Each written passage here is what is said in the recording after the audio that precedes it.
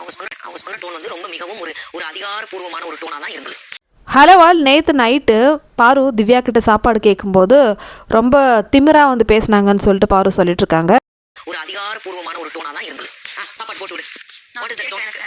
கமருதீன் திவ்யா சண்டையில் வந்து இவங்க சாப்பாடு போடவே மறந்துட்டாங்க. ஸோ அதுக்கு தான் வந்து பாரு போய் எங்கள் டைம் ஆகிடுச்சு, எனக்கு பசிக்குது, சாப்பாடு போடுங்கன்னு சொன்னால் இவங்களுடைய பர்சனல் பிரச்சனை அது. திவ்யாவுக்கும் கமருதீனுக்கும் இருக்கிற பிரச்சனை அதையே வந்து மற்ற ஹவுஸ்மேட்ஸ்க்கு மேலே வந்து காமிக்கிறாங்க. அதுவும் சாப்பாடு டைமில் சாப்பாடு கேட்கும்போது வந்து சாப்பாடு போட்டு விடுன்னு சொல்லிட்டு ரொம்ப கேவலமாக வந்து சொன்னாங்க. அதாவது திமிரா சொல்லுவாங்கல்ல. இவங்க வந்து ஒரு சேவை பண்ற மாதிரியும் அவங்க வீட்டு காசில் வந்து சாப்பாடு போடுவது மாதிரியும் நாங்கள் அதை ஏங்கிட்டு நிற்கிற மாதிரியும் தான் இருந்தது. அதை நான் வந்து அவங்க கிட்ட வந்து பேசினா அவங்க எங்கெங்கேயோ கொண்டு போவாங்க.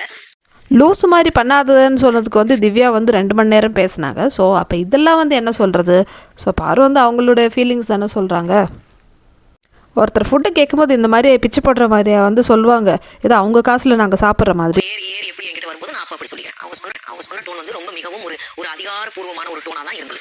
ஸோ பாருக்கு வந்து ரொம்ப ஃபீல் ஆகிடுச்சு. எதனாலனா இந்த டிசிப்ளின் டெக்கோரம் திவ்யான்னு சொல்லிட்டு இருக்காங்கல்ல, அவங்க வந்து ரொம்ப டிசிப்ளினாக இருப்பேன்னு சொல்லிட்டு ஒருத்தவங்க சாப்பாடு கேட்கும்போது இந்த மாதிரி கேவலமாக வந்து பேசுவாங்களா, அவங்க வீட்டில் இருந்து எடுத்து கொடுக்குற மாதிரி வந்து பேசுகிறாங்கன்னு சொல்லிட்டு பாரு ஃபீல் பண்ணிட்டு சொல்லிட்டு இருந்தாங்க நேற்று லைவில்.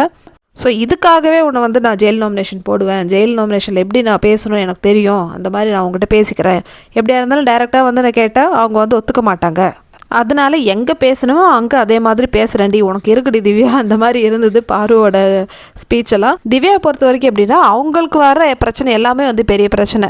ஸோ இதே மாதிரி தானே கோர்ட் டாஸ்க்லேயும் வந்து பண்ணாங்க.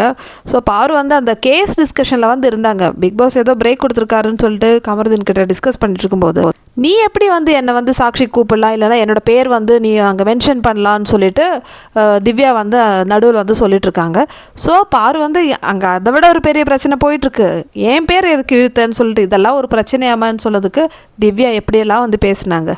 இப்போ இதே ஆட்டிடியூட் தான் வந்து மேடம் காமிச்சிருக்காங்க. இப்போ இவங்களுக்கு ஒரு பெரிய பிரச்சனை வந்திருக்கு. பாரு வந்து சாப்பாடு கேட்டதுக்கு போய் எடுத்து கொடுன்னு சொல்லிட்டு ஏதோ பிச்சைக்காரங்க பிச்சை போடுற மாதிரி வந்து ஒரு ஆட்டிடியூட் காமிக்கிறாங்க. வெக்கமா இல்லை திவ்யா உனக்கு?